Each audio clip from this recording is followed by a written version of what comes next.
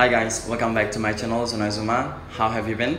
It is a long time not to see you, but thank you so much for you guys who are always supporting this channel, who are always making sure that I upload new content so that this channel will grow. And for you guys who are coming here for the first time, I'm Zumaro. I'm currently living in South Korea to study my PhD program at Pohang University of Science and Technology. And in this channel, I'm uploading video or content about scholarship, about living here in South Korea and also studying here in South Korea. So if you want to know more, don't forget to subscribe, like, and also share the videos so that the other can know there is this channel that exists and it might help. Alright, so in this video I would like to talk about the interview, how to prepare for the interview, but the disclaimer is that this is only for the university track because I passed Global Career Scholarship in 2020 with the university track. So if you would like to know about the embassy track, I think you should go to the other content creator that may help you in that situation. So let's just jump to the video.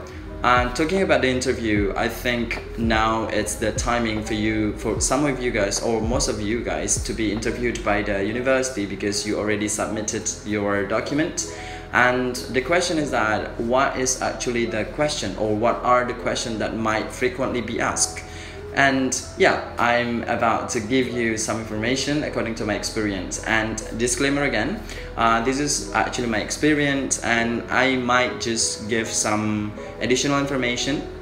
So I've read and also I've researched in other videos that what is actually the question that I got during the interview, and I will combine it with what question I got during my interview for the university track of the Global Career Scholarship, especially in Pohang University of Science and Technology and under the PhD program. Alright, because I think every major is different, every degree is different, and every university is different. But I hope it helps. Alright, so let's just jump to the first one. For the first question, I think this is the main and common question that would be possibly asked. It is about introducing yourself. The question might be, let you introduce yourself, but I didn't get this question personally because my professor said that he already read my curriculum vitae and also my application, so that there is no point to dig more about my personal information. So yeah, I didn't get that question, but when I read or when I watched another videos, they got that question. So according to my point of view, in order to prepare for the question of introducing yourself, I think you should be able to review again what is your submitted document stated, especially for the CV and also some information in the personal form. I mean, the first form is like the application form, so that you know what to tell to the professor or like to the interviewer you would like to talk during the interview. All right, but one main thing that I would like to highlight is that don't just be general, be as detailed as possible, but in a short time, because during the interview, for me personally, I got like 10 minutes interview, so there is no long time for you to introduce yourself, and the more you say, I think the more you will get the interviewer bored with your explanation. So read again your CV, read again your application form, and then try to answer in detail. The second question, I think it's about why you would like to apply to this university and why this major. Coming back again to your motivation letter, I think this is connected, and read through it. So the more unique your motivation letter, I think the more interesting it's gonna be. And yeah, the point is, if you write the motivation letter, write it yourself so that you know the story. You can just go to the other people to make sure that they can review your motivation letter, but be your own story, so you can tell the story during the interview. I mean, like, it's your own uniqueness, right?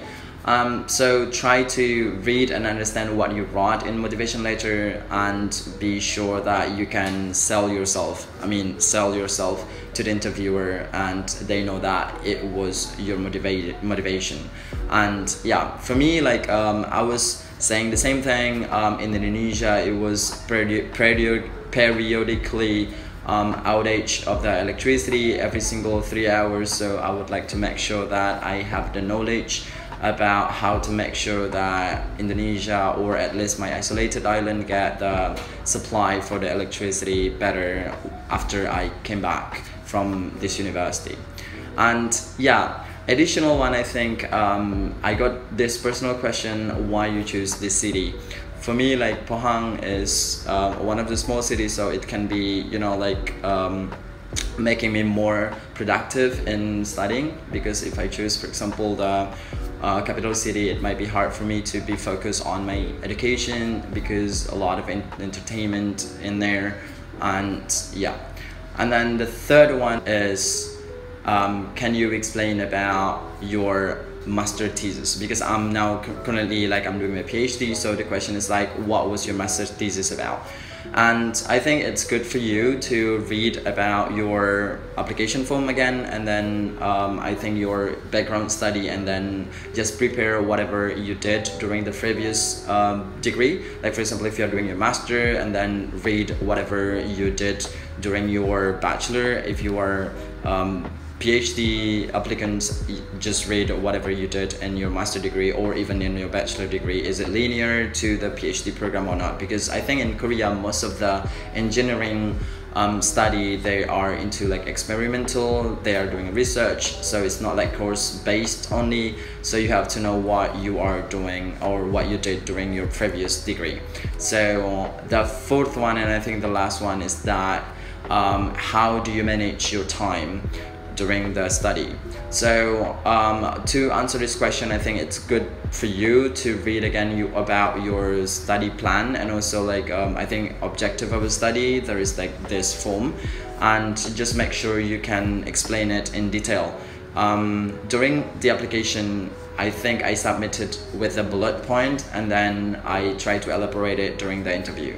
I think that's for the question. I got only 3 questions, number 2, number 3, number 4, but I didn't get the introducing about myself, and just prepare for that. And for the additional question, I think the professor will ask you like, do you have any question?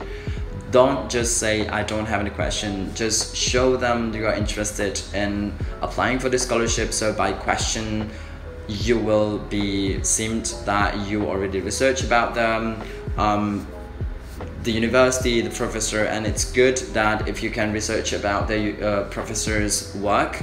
I think it's available in the website, so just ask him if it is possible for you to understand about what he's doing.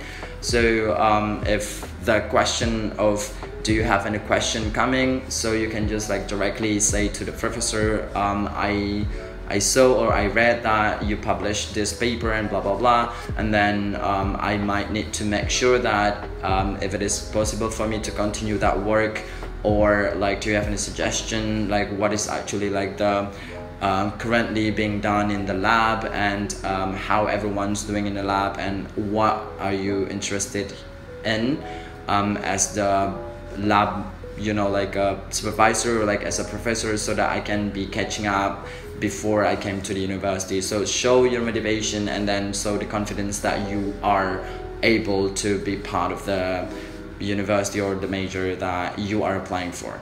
And that's pretty much it, and I hope you pass your university interview and you pass the Global Career Scholarship. I think if you pass the university track, there is no point for them to reject you, because every university got quota. So if they say that you are candidate or like successful candidate, I think there's no point for NIAD to reject you unless you have really bad medical situation, like for example you have the disease or something, or like you do drugs during the test, I don't know.